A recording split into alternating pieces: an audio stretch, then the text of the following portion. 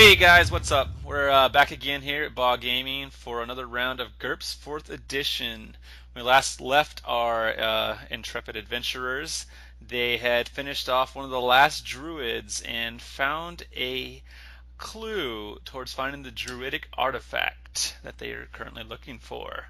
A little bit of a rule change here.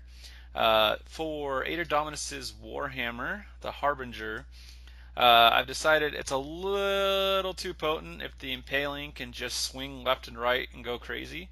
So while it was fun, um, we're changing it up a little bit to where the spike side of the Warhammer follows the normal pick rules. So if it hits someone and enters and breaks through their DR, their damage resistance, the next turn he has to pull it out, but then he can swing it again.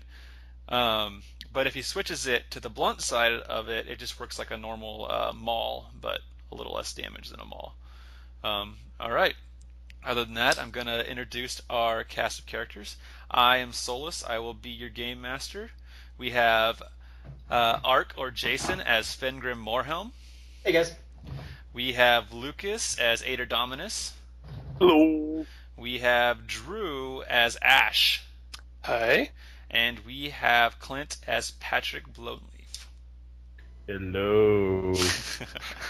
Emphasis on the blown. Yes. Oh gosh, there it is again. All right. If you guys are ready and have no questions, are we ready to go? Yep. Okay. Awesome. All right. Dub, So dub. the party was in a pretty rough state. You guys were basically nearly mauled to death by two-headed bears and a druid that really didn't do much that last battle, thanks to our Elven archer man who went crazy. Right now, you guys are on the trail, and Patrick is in the back of the wagon right now, bleeding from his face, coming in and out of consciousness, but he seems to be okay. Fengrim and Ater are both heavily wounded, but have managed to be stitched up as much as they can be. And Ash is just riding along completely unharmed. He's got a little cut in his robe, which is a little disappointing to him, but other than that, he's doing just fine. Fengrim suggests that the fire mage cauterize the elf. His face. We must do what we can for our ally. Just a quick question. I didn't save my notes from last time as far as damage. Do you have that by chance? I believe I do. Gosh, you were... Shoot, where were you? Of course you didn't save it. Of course. So I'm at full health. Awesome. Did you have healed between the first battle and the second battle at all? Not much. I only had 1 damage, is why I'm asking. Yeah, you were beat up pretty badly too. Did you not I take either track of have that? 4 HP or 3 HP, and I'm not sure which. Let's go with 4 because you can assume you healed a little bit on the ride back. Okay. And let's put Ater Dominus also at let's put him at 5. Unlike you guys, I actually wrote mine down. I have 3. Okay. Clint? Someone sent me a After Drew's non-editable character sheet, so... Same here. It's really hard to open up Notepad, isn't it, guys? Okay, well, two things. A, Fengrim was heavily medicated last game. And B, Fengrim apologizes for being heavily medicated last time. Fengrim is much better now. I don't know. I think it was pretty funny. I miss heavily medicated Fengrim. Alcohol doesn't count as heavily medicated. Oh, that was Lucas. God, I wish. Okay. All right. Anyways, after that, so we'll do what was it? 5 for Ater and 4 for Fengrim and 3 for Patrick. And one last quick question. Patrick, who was at -5? Well, Ash poured 2 healing potions down his throat. No. While I'm going through all of my crap here, the soulstone that I have from Thanatos, how many fatigue points did that thing have in it again? It had 10 total. Okay. And That's all I'm trying to... I know you used might at least twice on it, but by now it would have recharged. So 10. Yeah. A 10. Drew, you should have gotten back, let's see, 6 of your fatigue points. Okay, I thought I was down at 13. From your, well, you had your unholy well. That's empty now. Yeah, so you got 6 back on that. And did you use any on your, you used some on your Power Stone or not? Yeah, I did. Those should be recharged as well. Oh, okay. So I'm back up to full? You should only have -2 from your unholy well and your fatigue points, and your Power Stone should be full. Okay. So you're pretty good. You're looking the best out of the party right now for sure. Hiding in the back, you dirty little mage. So are we picking up exactly where we left off? In the sense of like FP is the same, whatever we've. Yeah, you can actually bump up. Your fatigue points probably would have gone up 4. Okay, that solves me then. Yeah, and Lucas as well. Okay, yeah, I'm pretty well good then. So, okay, awesome. How many cultists did we have left at the end of that? There was one that knocked himself out. Oh, good. So he's he's okay. He's awake now, but he's kind of beat up after he hit himself in the face with a pike. And all the rest are pretty much dead. Oh so. yeah, they died. So, my fatigue points would be back up. Yeah, you should be fine. Well, I mean, I used 2, but yeah. I'm still on my back, dead. so yeah. You died. Close. It's okay. I died and came back, huh? We'll use Thanatos. Anyways. What was that? Now I'm all confused about where the hell we were. You're welcome. Take a drink of my cherry Coke. Cherry Coke.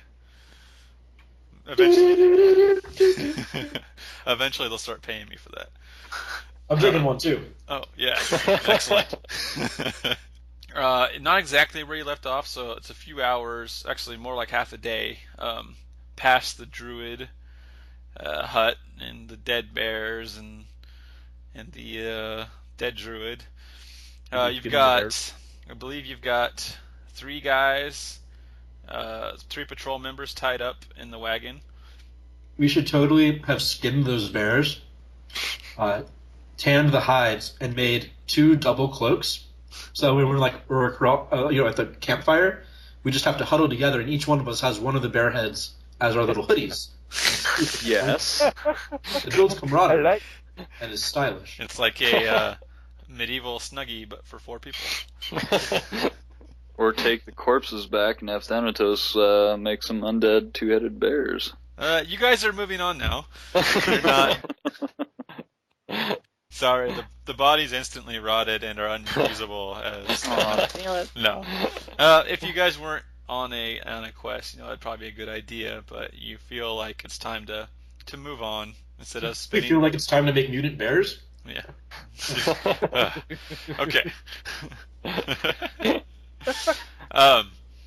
So you guys are on this path, this ragged path. Your wagon's kind of bouncing along with the horses that, thankfully, the bears did not attack when they were busy trying to eat you guys, and somewhat succeeding.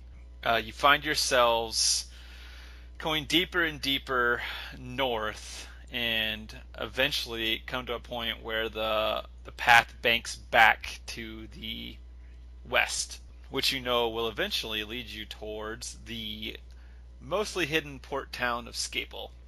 A day goes by, night falls, and you guys get a nice little campfire set up thanks to the pyromaniac urges of Ash, but thankfully he doesn't set the forest on fire. If you'd like, you could speak about whatever, or just set up a watch and get a good sleep in before heading on. Well, I think Blownleaf should take first watch. Yeah. By the way, I've never mentioned this just because it would be confusing, but my term for elf in GURPS is El Turok, but you can just call him elf. Turok. Something like that, yeah. No one? Nobody? Bueller? No. Yeah, so you can set up however you want. You can all just pass out and go to sleep. I think it would behoove us to have a watch. Well, you do have one cultist left. Fengrim can easily take a watch. Fengrim also has 3POC, who, as far as Fengrim knows, is pretty loyal and is getting items when we reach.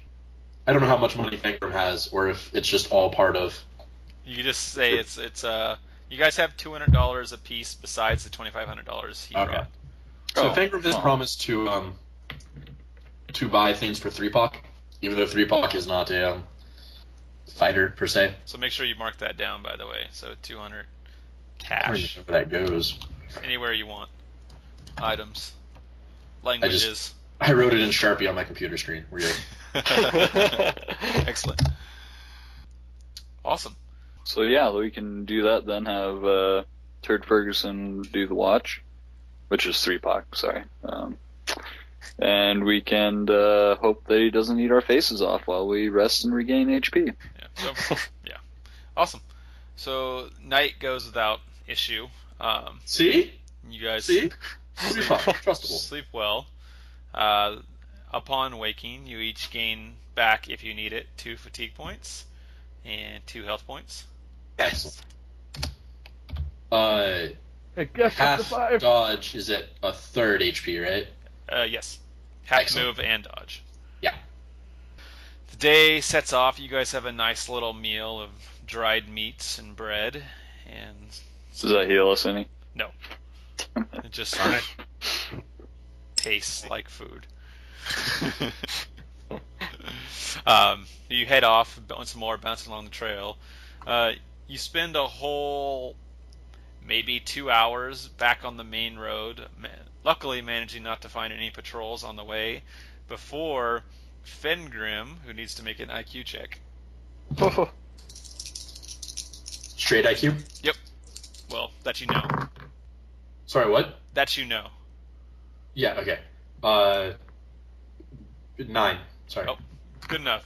Fengrim leads you to a hidden trail Excellent. that he and a few others, and anyone who's been invited to Scaples specifically, would know. And he finds the hidden trail within some old rocks and bushes, and kind of pushes them out of the way and gets the wagon through before replacing them. And you guys bound on north towards Scaples. Is Scaples your version of the Boneyard? Not quite, no. Okay. Much less Okay. extravagant. By the way, Well, I just meant like culture-wise. Similar, Since yeah. Fengrim has been there. I'm just curious. I would agree with that one. Okay. For those who have no idea what we're talking about, it's another game that Ark is running, kind of GURPS-ish, but not really. On a forum where the Boneyard is basically like a pirate cove. It's a pretty good way to put it. It is literally pure GURPS. But yes, also it's a pirate city. Yeah, not quite like that, but it is close. It's a little, Okay. It's much less extravagant. But it's not like a normal city with like a small black market. It is a pirate city. Yeah, pretty dang close to that. Okay. Like it's Excellent. it's from what let's have you all make IQ rolls about what you know about Scaples. And Fengrim, you get a bonus on this. Do I get advantage on this? Oh! Wait! There's a Wait, point what? they're stuck to my hand. Don't ask. Don't want to know why. Oh! I knew that would happen. Did you lose the crit? 1-1-6. Ah! Okay. Anybody else have anything better than +4? Wait, what are we? I failed Sorry, mine. I wasn't paying attention here. Of course not. You're rolling against your IQ.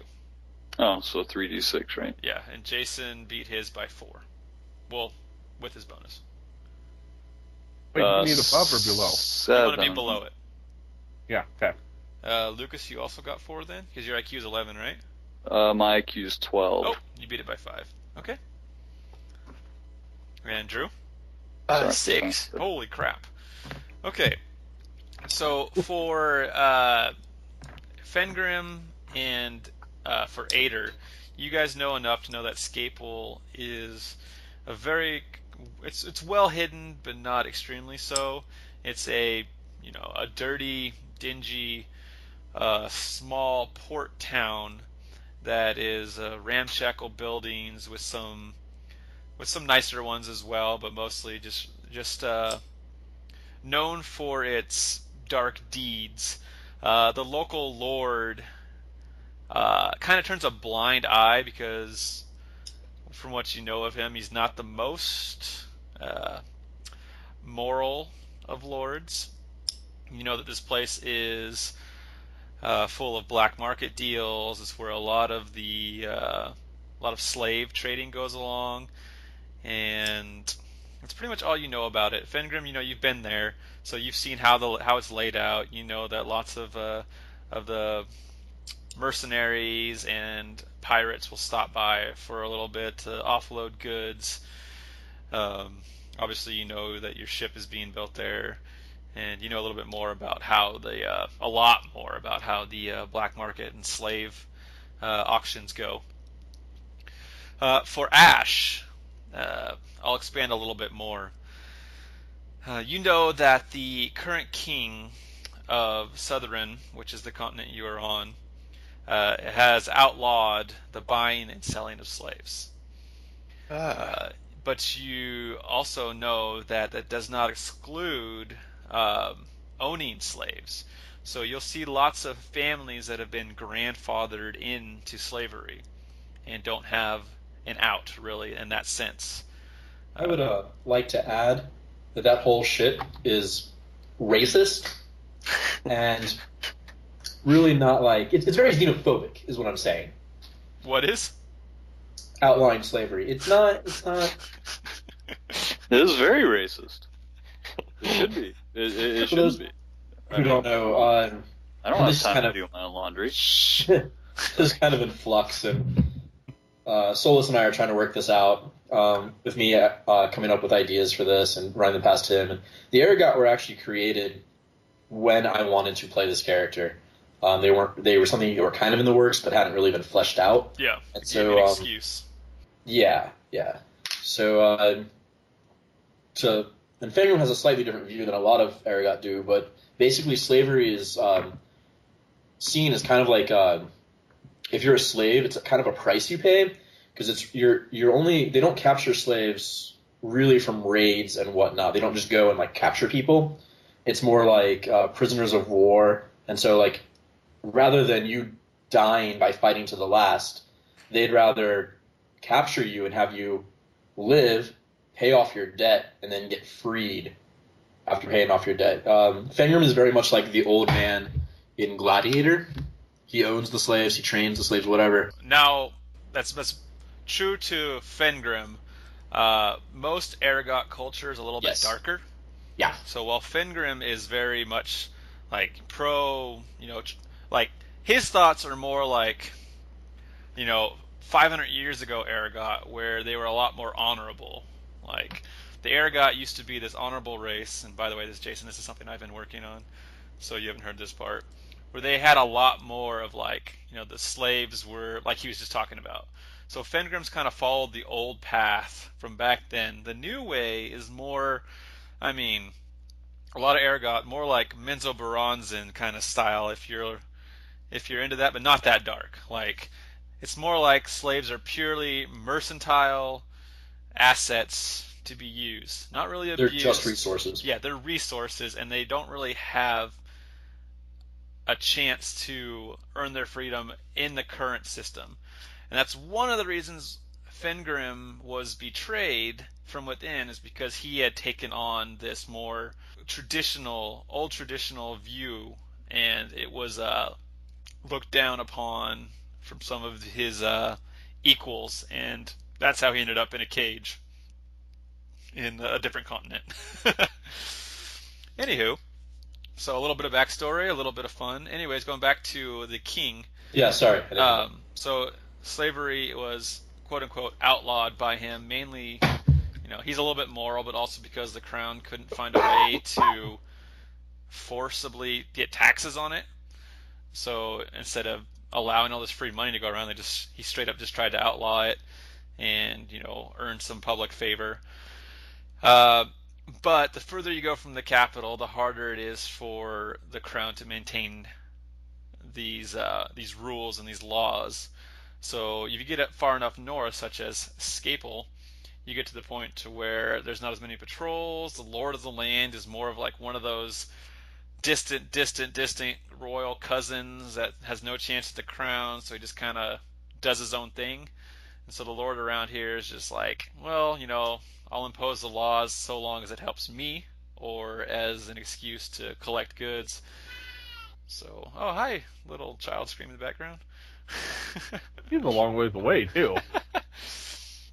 Anywho, so that's what Drew, upon everything else. And, Okay. So also that the current lord is very much very corrupt. Like, Okay. enough about him to know that, like, you guys really don't have to worry about any soldiers in the parts doing anything more than their own criminal deeds. Okay, moving on. So cresting over a ridge, you come into a narrow valley that kind of opens up after about a mile, and to this kind of gross looking town. It's no walls, just ramshackle buildings for the most part. You can see a large flat building that Fengrim points out as being the local tavern called the Stout Wizard.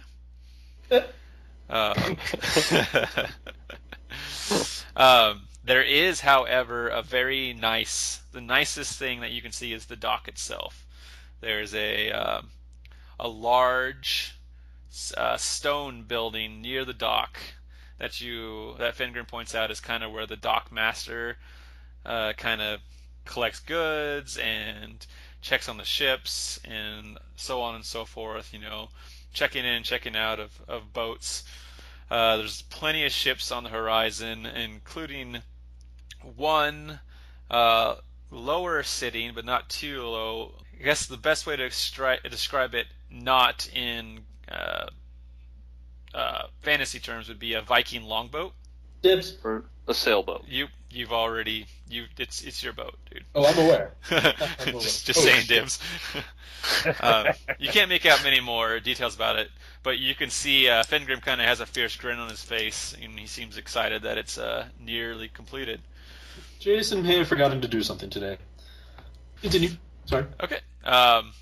So you guys head down into the town of Scaples and are, you look like any other group that's rolling a town, beat up, muddy, and full of weapons. So no one really gives you a second glance. However, as you roll into the center of town, you come across what looks to be a current auction going on. And it is a slave auction. There's a pretty hefty crowd of different groups of men, each one seeming to have a leader with a card of some sort that they can raise up to call out prices or bid. And you notice a few, like no one really sticks out to you. There's a few groups, one particular stands out, a man in the back just surrounded by guards and very nice looking armor, the nicest armor you can see in the area. They have good, fine quality weapons, and there's even like a little hunched over figure holding an umbrella over this guy, and he has it looks like a pair of goggles on and a nice flowing robe, and he seems to be watching the auction with interest. Next to his little row, there's already 5 or 6 bought slaves lined up near him. You guys are just planning to roll on through for the most part, unless you would like to stop and watch. Wait a minute, don't we have 3 prisoners to sell? You do. But they're also, like, guards, so they might be recognized as Worth such. Well, as such, and then it kind of could draw attention to us as... No one gives Depends on where they slaves a get second sent. look. It also depends on where they get sent. If they're getting sent to, yeah, most of these people aren't going to be any type of people you need to worry about selling them to, because they're going to take them off to. If there was an Arogat slaver there, for example, he would be taking them north. If there was any of these warband leaders, they're probably going to take them back to use them as manual labor, or they're looking for women. Well, we can make them look like women. Or possibly men, depending on their tastes. Yeah, let's sell them then and get rid of them, so that way we're not holding on to them forever. Okay. And So you kind of want to go check them in? that's up to our man Labor? who knows the economics. So what Jason forgot to do is he had a really great name for the ship today, and then forgot to really think about it. Oh no! As work got super busy. So that's what Fengrim is trying to do right now. Okay, so Fengrim will roll to. I want to do one quick market analysis of who's on sale, and then one quick market analysis of who's on first. You may add 1 to your skill for each of those. Oh wait, Excellent, for what now? What was the second one? It was, who's on first? No, for our guys. Okay. No, Fengrim knows nothing about what's going on right now. He is distracted by his ship. And then for his own captured cards, a Styx. Oh, that's nice. Okay, so you bring up the cart, and unless you guys want to like strip them of armor and stuff like that first. Oh, absolutely. Yes. So kind of leave them in their ragged clothes and. No, naked. I want the rags too. All right. Naked slaves, I suppose. Nothing new, I'm sure, for this area. So you kind of roll on up to what looks like a big, kind of behind the auction to the right is a line of like fences and chains, and there's like a big burly looking dude with a couple guards with a big like paper to sign, like big rolls of paper. It looks like that's where you would check in, where you want to sell your stuff. So you march on up, and he says, "What's your name and what are you selling?" Turd Ferguson and 3 slaves. I was gonna say, if you, not to meta, but if you want me to take the lead, I actually get a bonus dealing with merchants. Yes, let's do that. Okay. So he's like, "Is it really Turd Ferguson?" Yes. Fengrim will step up. This is my bodyguard, Turd Ferguson, but I am Fengrim Morhelm. It's And like, yeah, I remember you. I am here to do business. Do you want me to roll a reaction roll or anything like that? Or, well, I guess you would do that. He flips. Yeah, I'll do it. All right. He flips through some pages and stops on one that already has a whole bunch of lists of names crossed off, and you can see your name scrawled above it, and below is all the slaves that you've sold at this location. And so he's like, "All right, bring him up." Okay. I'll motion for them to be brought forward. I'll tell them that, they're a little bit beat up, but nothing that a medic can't heal. And I'll look at the 3 guards and say, "You work well, you do your time, and it won't be awful." All right. What So do you know? You don't know who's buying them. He says, I don't, you're right. He says you have 3 more auctions in front of you before these guys go, and he marks them with a blue color, like a big blue paintbrush, and just slaps it on their chest, and chains them all together, and they get pulled into the back. So they're off your hands for now. Can someone please find me a medic? Yeah, you guys have your bleeding party. Oh, we almost forgot. We have an elf to sell also. One of those A little rare beat up. sleeping elves. Yeah, if you'd like, you can. Fengrim does know where the local chop shop doctor is, and can. Will I end up with some parts missing? Possibly. then you can go drop him off there to get looked at. Yeah, but I'll leave 3POC to watch him. Okay. So it's just a couple minutes away. Not even a couple minutes, just like a minute little jaunt, and you find this old ramshackle building with a big black, plus sign on it. You didn't even get the cross right, just a plus. And you roll him in, and the healer kind of grumbles, and he kind of takes a look at the elf, and he says,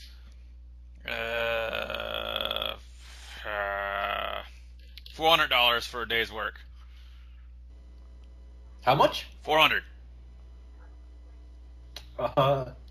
You're high. He'll sleep. How much is a new one? Freaking. he looks back in the back where slaves are. Says, no elves. That's pretty tough. We'll just take him somewhere to sleep it off. We'll take him somewhere and patch him up ourselves. So how much does Fengrim think he's going to get for the slaves at market? Could you do another? Yeah. Oh, that was amazing until those 2 dice rolled off the fucking book. 7. Oh, okay. You think they're worth collectively nearing $1,000? So trading 1 to him for we already gave him away. Never mind. Can we at least buy some health potions? Yeah. You're still going to be unconscious for a little bit longer, but actually, you can assume that I forgot you guys slept. You can assume that Patrick is kind of awake now. He still needs he needs like someone to actually take care of his cuts, which a healing potion will help. But I mean, well, obviously, a 3POC can just lick the wounds. There's also the fact that Drew, who has been wanting to use his new negotiation skills, I believe. Oh. Can I roll against my fast talk then? Yeah, go ahead. Okay. Nice. Ooh, 13. All right. You managed to quickly explain that. Throw a couple like quick words out, like oh, back in Loot Golin, I could have got that done for 200, and etc. etc. And Loot Golin is not a real place in this game, by the way. It's Diablo 2, but and he kind of like, all right, 300. I'll do it for 300. What? 250 and you got a deal. It's a half dead elf. All right. He caves. He says, "All right, 250. Bring in the back." Well, Well, I do have my +2 from my social regard as feared. Yeah. So that's something that I was kind of looking into as far as is there any way to intimidate him down to 200 and then just give him? Do you have intimidate? Blownleaf's gold. Hey. Just let him pay for his own healing. Don't forget your intimidate is not based on what you want it to be based on. What's it based on? Shitty stats for big scary guys. Yep. Yeah, you do not have intimidate, so you're going to be at minus. Is it -5, I believe? So yeah, to your willpower. 7. Oh, to will? Yeah. Oh. It makes no sense to me that you don't get a bonus for being like. I think for every 2 strength, you should at least get a 2 bonus to intimidate. Yeah, not really. based on He's will. even with the +2, he's not impressed by who you are. By the What way. a douche. Alright. Ballsack. Alright, fine. We'll use Blownleaf's 200 and then I'll pay the other 50. All right. You're so kind. You're welcome. I can't believe it was that much of a deal to get your teammate back on track. I'm greedy. We have a very limited. Very greedy. You do realize that'll leave me no money to buy health potions, so if I fall down in the future... Well, then you'll die. It's true. Yeah, there's And there's then, diminishing hey, guess returns on what? those health potions. Yeah, We I have think a that's what Grant necromancer, meant. so you- then you'll just be undead. You can't just keep popping those. Each one you take makes it less and less. So Well, I was just thinking for next big battle in Keep the that in mind. future. You'll be Yeah. fine. anyways, Okay, So I'll be fine. they leave You're the an elf. archer. You leave the elf behind with the lizardman valet kind of just staring, standing guard over him. So at that point, you realize that the little demon vessel is still with you, Oh, and he yes. he actually stays with the elf. Just kind of stares at him. That makes Fengrim really uncomfortable. We should have just used that little kid to intimidate the friggin' guy and just been like, look, this little child eats souls, more or less, so either heal him or we'll sick him on you. So you head back to the center town, not wanting to miss your guys' auction. And as you get back, Fengrim immediately is struck by the sight of a very familiar figure standing up on the auction block.